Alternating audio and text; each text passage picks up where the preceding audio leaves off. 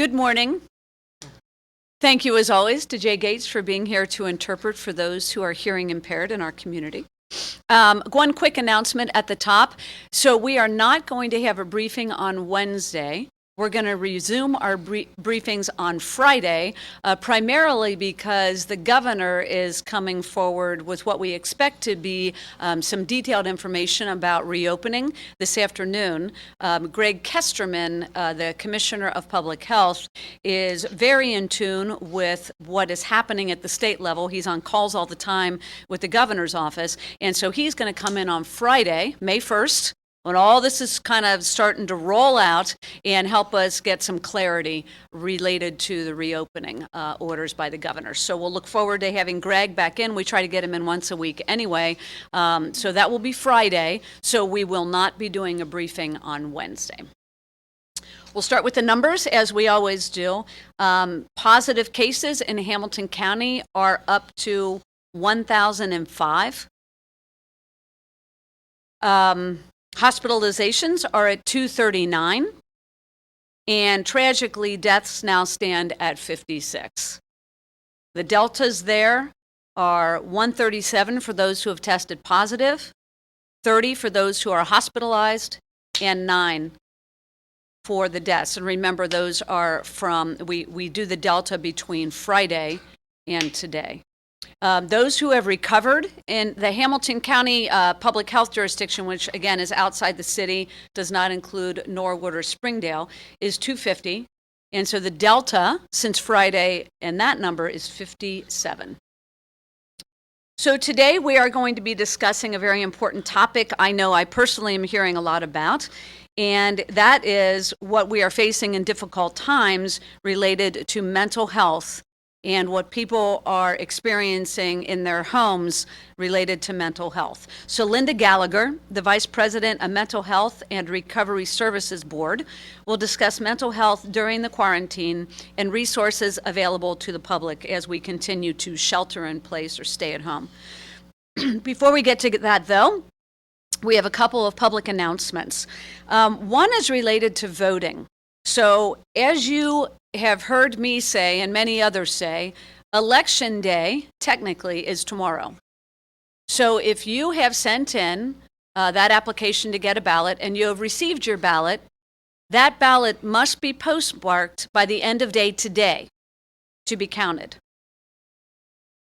The Board of Elections will be open tomorrow for in-person voting for only individuals in this community who have disabilities, who are homeless, or for those who requested a ballot by mail and didn't get it yet. And that's it. So I think there's been some confusion about this. One polling place is going to be open. It's the Hamilton County Board of Elections in Norwood. People with disabilities, those who are experiencing homelessness, and those who requested a ballot and didn't get it, those are the three groups that can go vote tomorrow. No one else can vote tomorrow. So unfortunately, if you didn't request a ballot, you are not able to vote in the primary. If you have any questions, please call the Board of Elections. Sadly, we have seen spikes in overdose deaths and related 911 dispatches and emergency department visits related to overdoses in this community. As you'll recall, last week, we talked about local public health partners and the Hamilton County Addiction Response Coalition issuing an alert for Hamilton County. That alert was issued on April 23rd. In a nutshell, what it said was, Narcan is still available in this community. Nearly all the drugs that are being used and where folks are overdosing contain fentanyl, the drug that can cause overdose and death very quickly.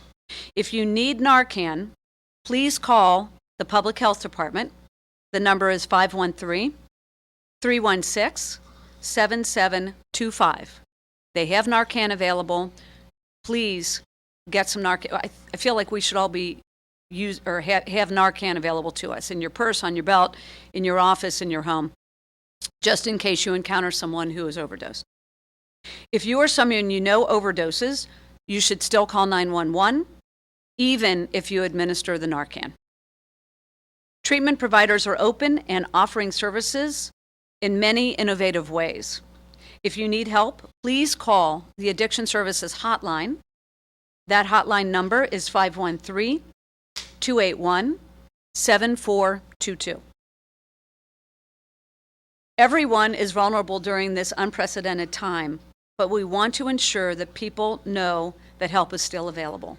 Narcan is still accessible, the hotline is still up and running, and treatment facilities are still operating. The next public alert today has to do with animal control. I've been getting a number of calls in my office related to stray dogs in particular. There have been a lot of rumors about dramatic decreases in service and even the mistaken idea that strays will be released back into the general public. Neither of these are true. Following are the continued animal control functions that will continue to be performed. Patrols will continue to pick up stray dogs. Acceptance of strays at the shelter will be made on a case-by-case basis. Requesting citizens should call dispatch prior to their arrival to the SPCA. And all patrol reports and responses are prioritized on a case-by-case basis. Here is the priority list. Dog bites are at the top, sick and injured animals, assisting first responders, emergency cases, and animal welfare checks. In terms of lost dogs, the SPCA Hamilton County Dog Warden website is still accepting calls, or rather communications. The website address is spcacincinnati.org. spcacincinnati.org. When found, citizens may send photos, descriptions, and locations to an email address on the site. Those requesting assistance with stray dogs are encouraged to assist by holding the stray until the owner is located or the situation abates. The SPCA Cincinnati has dedicated a full-time member for this position. So again, SPCA is up and running. Please do reach out, though, before you go to the SPCA with any stray animal. Finally, this week is National Reentry Week, a time to shed light on programs designed to keep our community safe by reducing recidivism. The Hamilton County Office of Reentry is as busy as ever trying to connect people who are being released from jail and prison to supportive services so that they don't reoffend. We know that the Justice Center has had to thin its population. Now more than ever, we need the services to give folks a second chance after they have served their time. Follow Reentry on Facebook at Hamilton County Reentry. We're going to talk a little bit more about this at our meeting on Thursday. We've got a short video related to reentry. So Trina Jackson is the director of reentry. She has this fantastic team that is working very hard when someone leaves the Justice Center to connect them with supportive services so that they, whether it's housing or a job or transportation, they have the support they need to become employed, to stabilize, and not reoffend and go back into the Justice Center. So we're very, very grateful to Trina and her team for their work. They have had a lot of success stories, and so now more than ever, we are delighted to celebrate the work that she is doing. And again, we'll talk more about that at our regular board meeting on Thursday. So today we're going to talk about mental health. It is my pleasure to introduce Linda Gallagher, again, the Vice President of Mental Health and Recovery Services. We have heard a lot about how people who have been very challenged with the stay-at-home order, whether it's a family with kids who are usually at school or individuals that live alone that feel rather isolated, especially the elderly population. It's been challenging for all of us. And so Linda is going to talk about kind of a high-level overview of how things are going when resources are available in Hamilton County, but also anecdotally about some of the things that are best practices as we kind of struggle together through the stay-at-home order. So with that, Linda.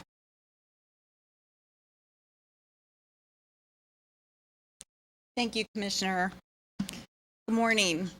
Hamilton County Mental Health and Recovery Services Board is responsible for planning, evaluating, and funding public behavioral health services in Hamilton County.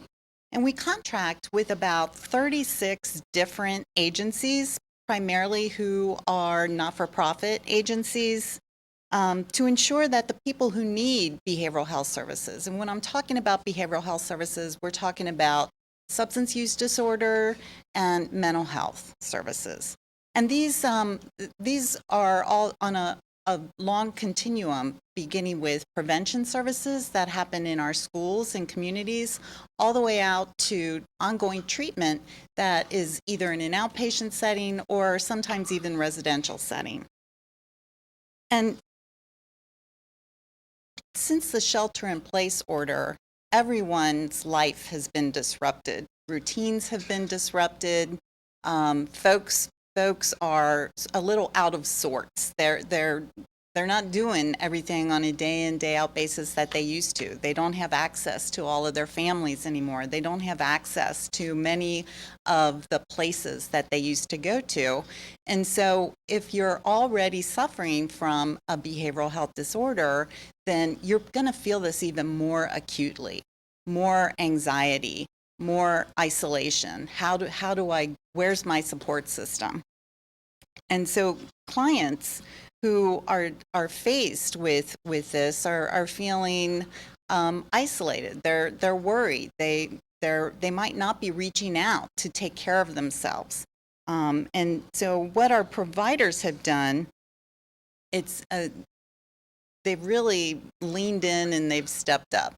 They're innovative, they're creative, they're reaching out in as many ways as they can think of, primarily looking at other collaborations within the community.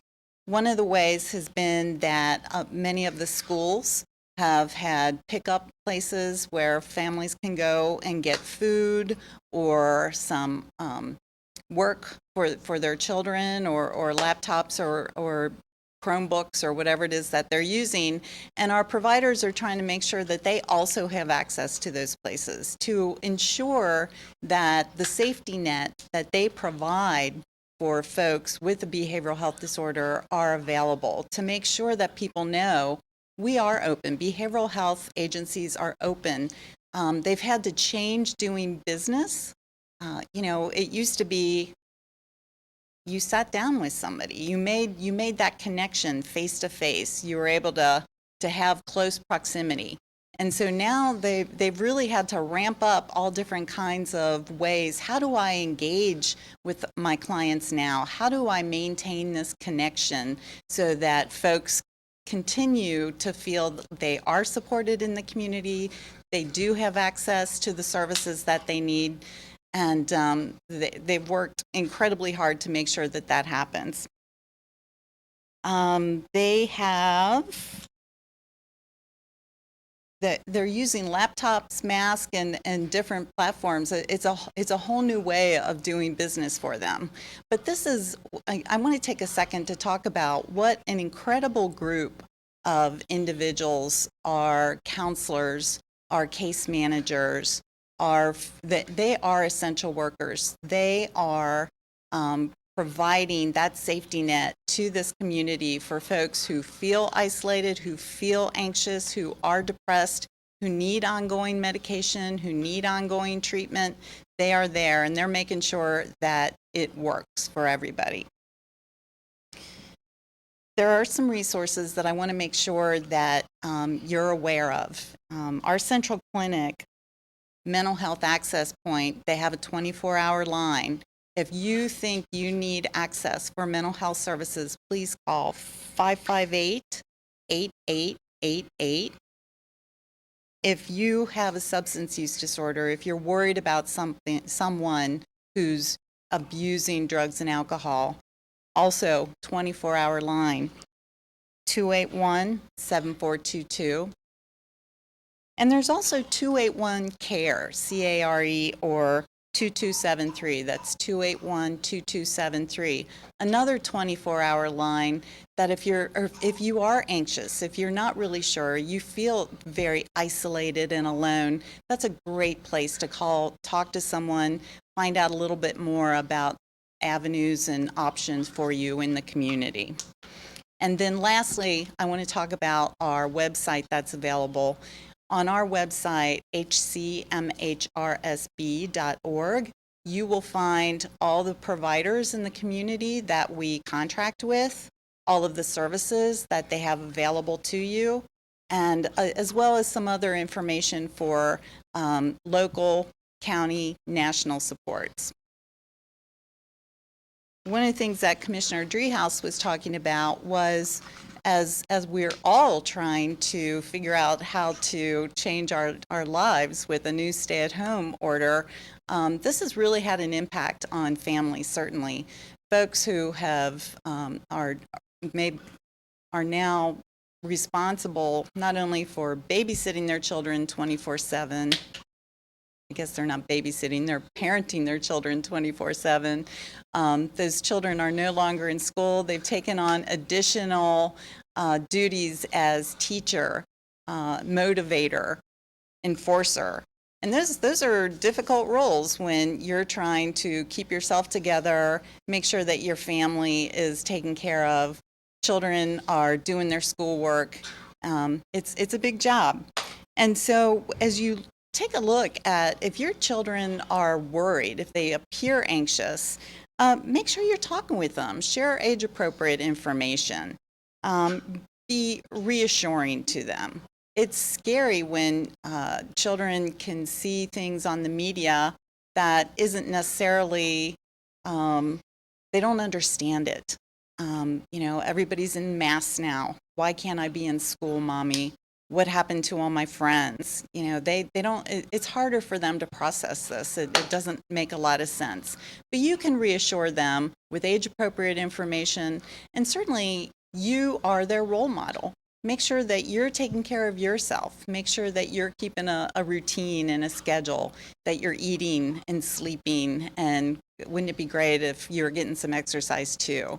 So those are great opportunities for you to caring for your children. As far as taking care of yourself, make sure you're connecting with others. There's phones, there's Facebook, there's all kinds of platforms available out there. Make sure you're taking breaks. This is a lot of information that you could really kind of overload on 24/7. It's COVID-19, no matter where you look. You see the virus, you're hearing about it. It's on our front page of our paper every single day. It's everywhere. So try and take some breaks from that. And ask for help. If you really do feel stressed out, if you've tried it, you just don't feel like you're coping very well, there are a lot of people that you can talk to, and certainly there's friends, there's family, there's clergy. I know a lot of you have not had access to your churches, and that was always a place that was a wonderful support for you, and so that's a real loss to feel that. So reach out. They're still there. You can still talk to them. And, finally, I just want to close with, I hope you're all doing okay. I want to make sure that you know that our agencies are open. They want to hear from you. They're out there trying to connect with you. And there is help available for you if you need it. Thanks.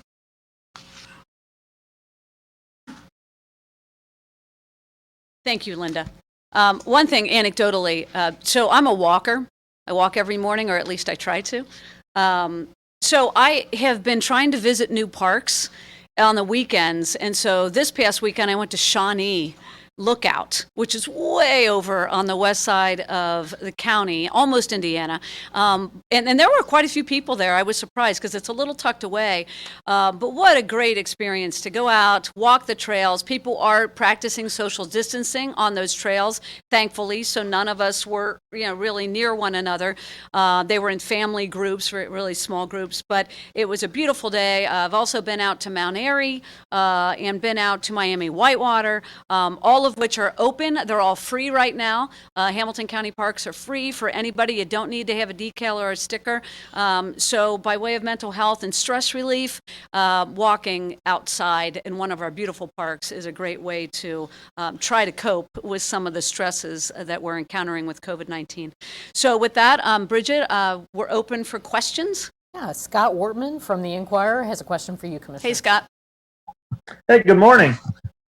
What with the governor unveiling the schedule to start reopening some businesses, what, if any, guidance is the county getting from the state?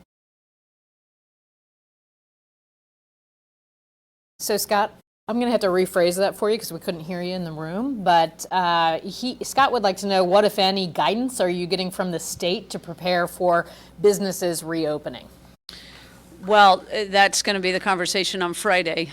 So Greg Kesterman, the Commissioner of Health, I talked to him this morning, as I always do, and he was getting on a call probably right around now to talk to the governor's office as they try to anticipate what we should expect regarding the rollout and the role of the health department in that rollout. So we're going to hear more about that today. I don't have a lot of guidance personally. I will be waiting with bated breath and watching at 2 o'clock this afternoon as the governor starts to talk about this rollout. My understanding, though, anecdotally from Greg, is that it's going to be slow moving. It'll be cautious. It will be a prolonged rollout. It'll start on Friday, May 1st. But it won't be like turning on the light switches. It's going to be more like a slow roll as we try to understand which businesses can safely open up, create distance amongst people. People will be wearing masks, but my understanding at this point in time is that it's going to be very gradual.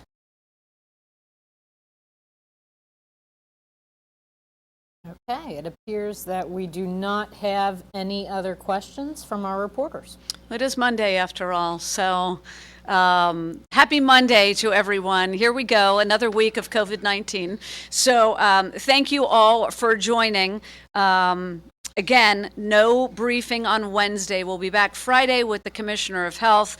We'll have more clarity about the stay-at-home order and the lifting of the stay-at-home order as we start to reopen in Ohio. Uh-oh, do we have another question, Bridget? We do. Oh, all right. I got ahead of myself. So this question is from Jay Hanselman from WVXU. Hey, Jay. He asks, are you worried people will hear the governor's reopening guidelines today and assume it's business as usual and stop social distancing, limiting trips out of the house, and other protective measures? I really don't. I feel like we in Hamilton County, I think the numbers bear this out, have done a pretty good job of flattening the curve, staying at home. When we're out, we're distancing. We're only out when we need to be.